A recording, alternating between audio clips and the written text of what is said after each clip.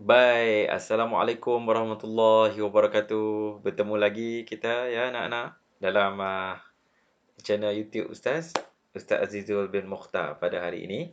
InsyaAllah kita akan sambungkan apa yang kita telah belajar pada siri satu hari itu, iaitu tentang satu tajuk Al-Malik, iaitu sifat Allah Subhanahu Wa Taala.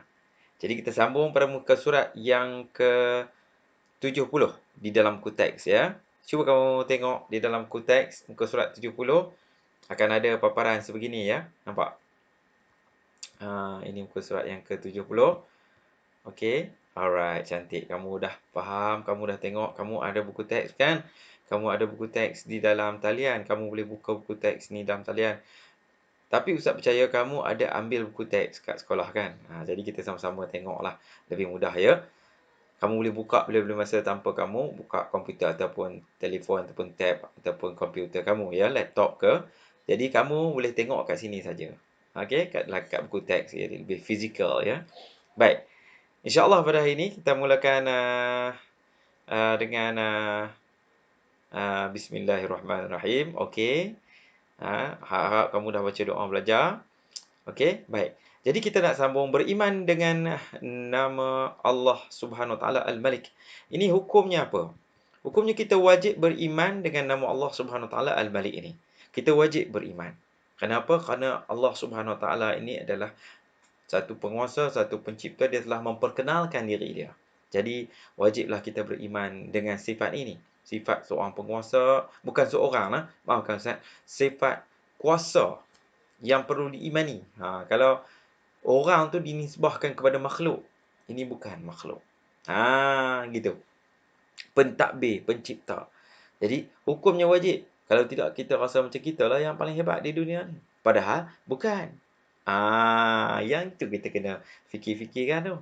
Sebab itulah kamu semasa usia kamu 11 tahun, Allah Subhanahu Wa Taala bagikan kamu panjang umur kadar 11 tahun ni, kamu fikirlah kita wajib beriman dengan nama Allah Al-Malik ini kerana ada penguasa yang berkuasa lagi daripada kita.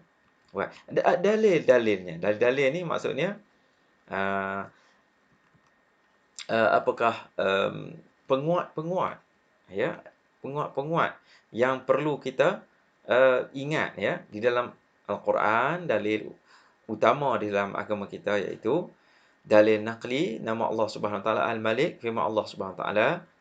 Kita baca sama-sama ya. A'udzu billahi minasyaitonir rajim. فتعالى الله الملك الحق لا إله إلا هو رب العرش الكريم. Surah Mukminun, surah yang ke-23, ayat yang ke-116. Ini surah Al-Mukminun, surah orang-orang beriman ya. Apakah maksud daripada perkataan tadi yang kita bacakan tadi? Maka dengan yang demikian maha tinggilah Allah SWT yang menguasai seluruh alam. Lagi yang maha benar. Tiada Tuhan melainkan dia. Tuhan yang mempunyai arash yang mulia. Allah telah mengatakan bahawa maha tinggilah dia yang menguasai seluruh alam. Allah tu bukan duduk di tempat tinggi. Maksudnya Allah ni hebat. Ketinggian dia tu.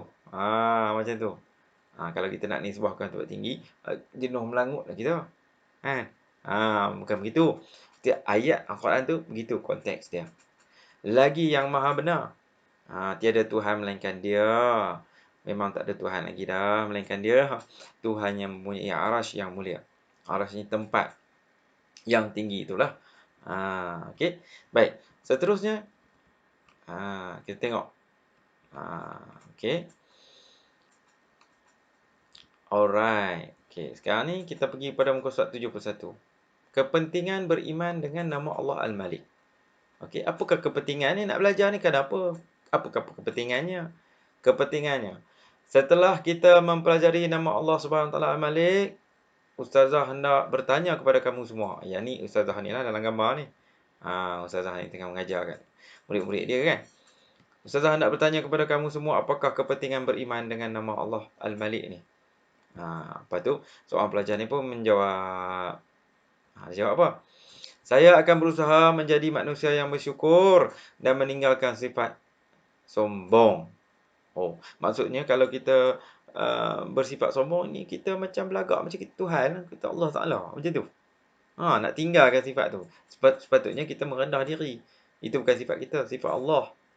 Allah, betul lah dia tu boleh jadi sombong. Sebab apa? Sebab hak dia semua. Kalau dia tak nak bagi kat kita, ikut suka dia lah, memang hak dia. Macam tu. Itu sebab tu dia tak nak meninggalkan sifat sombong ni. Ni seorang pelajar ustazah ni. Saya sedar walaupun mempunyai kekayaan dan kecerdikan, tetapi Allah SWT jualah yang maha kaya dan maha bijaksana. Walaupun kita cerdik, walaupun kita kaya, kita nak orang kaya kan. Tapi kita tahu Allah lagi kaya. Kalau kita cerdik, kita tahu Allah lagi cerdik dan bijaksana. Jadi kita kena tinggalkan sifat sombong. Jangan kita duk belagak seronok je kan. Okey, seterusnya. Yang ketiga, menyedarkan kita bahawa kita hanyalah makhluk Allah Subhanahu Wa Taala yang lemah, senantiasa mengharapkan pertolongan Allah Subhanahu Wa Taala. Oleh itu, saya akan tekun beribadah dan berdoa sebagaimana tanda beriman dengan nama Allah Al-Malik. Yang ni dia nak tekun beribadah dan berdoa. Ni seorang pelajar ni, pelajar lelaki ni. Baguslah. Dan dia akan mengharapkan pertolongan kepada Allah, dah kita tak ada kuasa apa. Kita mengharapkan pertolongan kepada Allah Subhanahu Wa Taala, sudah tentu ya. Baik, seterusnya. Yang nombor 4 ni apa? Menjadikan kita sentiasa mengerjakan menghargai alam yang dikurniakan oleh Allah Subhanahu Wa Taala kepada kita. Mulai sekarang saya akan memelihara kebersihan dan keceriaan persekitaran. Bagus kan? Ni, pelajar ni bagus ni. Dia cakap dia akan menghargai alam ni sebab dia tahu alam ni Allah yang cipta. Jadi dia menghargai alam ni. Itu yang bagus. Itu yang bagusnya. Sebab apa dia akan menghargai alam ini dan dia tahu bahawa Allah Subhanahu Wa Taala ni Maha Pencipta dan dia nak jaga kebersihan dan keceriaan kesekitaran ini. Dia jaga Allah Subhanahu Wa Taala. Apa yang diamanahkan oleh Allah Subhanahu Wa Taala, dia akan jaga elok-elok. Itu bagus. Okey, jadi itulah kepentingan kita beriman dengan sifat Allah Al-Malik ini. Jadi bila kita kenal Allah Subhanahu Wa Taala, kita tahu hak dia semua, maka kita pun akan jadi bagus. Jadi baik, jadi mulia. Pasal apa? Kita tahu kita ni rupanya kita bukan hebat pun. Allah Subhanahu Wa Taala lagi hebat, lagi berkuasa. Gitu. Baik, sekarang ni ustaz nak kamu tengok muka surat berapa ni, okey. Kat sini kita tengok muka surat 73. Apa yang dia cakap kat sini? Okey. Fikir bernas. Fikiran yang bagus ya. Cuba kamu fikir.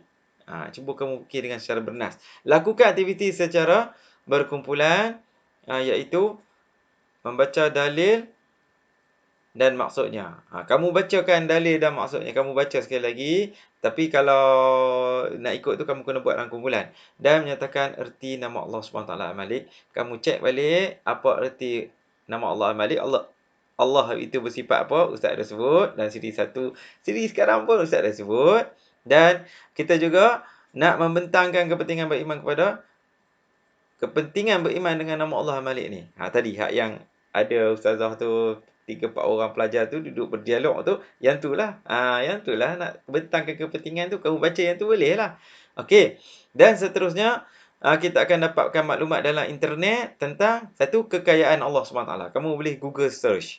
Kamu boleh tulis dalam YouTube kekuasaan Allah SWT. Akan keluarlah kekuasaan Allah SWT. Planetnya, langitnya, penciptaan-penciptaannya, tumbuh-tumbuhan dan sebagainya. Kamu boleh tengok dalam YouTube banyak sungguh kekuasaan Allah Subhanahu Wa Taala yang Allah Subhanahu Wa Taala telah jadikan untuk kita melihat dengan mata hati, dengan mata kasar kita bahawa memang ada satu pencipta di alam ini. Okey. Seterusnya, kamu juga boleh tengok kebijaksanaan Allah Subhanahu Wa Taala mentadbir alam ini. Kamu tengok planet-planet tu duduk berpusing kan. Tak adalah dia belaga sesama sendiri, tak ada aksiden pun. Contohnya kan. Itulah. Okey. Dan seterusnya kamu mempunyai ada satu satu macam kamu bayangkan, kamu mempunyai seorang rakan yang bijak tetapi bersifat sombong. "Oh, dia ni cerdik kamu ada kawan, cerdik tapi sombong," dan tidak mahu membantu rakan yang lain dalam pelajaran. Dah dia cerdik, okey ya. Jadi, apakah yang terjadi? Apa yang terjadi selepas itu? Okey. Kamu pun, um, mempunyai rakan yang bijak tetapi sifat sombong dan tidak mahu membantu rakan lain dalam pelajaran. Berikan nasihat kepadanya. Kamu nak berikan nasihat kepadanya macam mana kamu nak bagi nasihat kepadanya dan nak kaitkan sifat Allah Al-Malik ni. Kamu cakaplah kat dia. Macam mana kamu nak cakap?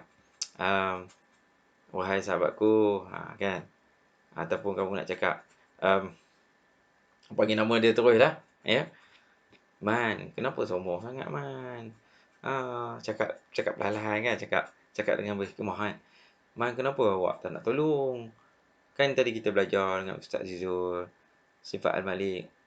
Kalau kita bijaksana, ada orang lagi bijaksana. Allah lagi bijaksana. Kan? Itu susunlah ayat bagi elok-elok. Nanti terasa hati pula kawan kita kan. Itulah. Okey, ya. Itu cara-cara je. Kamu kena belajar lagi tu. Cara-cara dia, teknik-teknik ya. Mudah-mudahan ya Allah SWT membantu kita dalam urusan kita. Jadi sekadar itu dulu daripada Ustaz Azizul. Semoga kita berjumpa lagi di lain masa, lain ketika. Wabillahi taufiq wal hidayah. Assalamualaikum warahmatullahi wabarakatuh. Bye bye.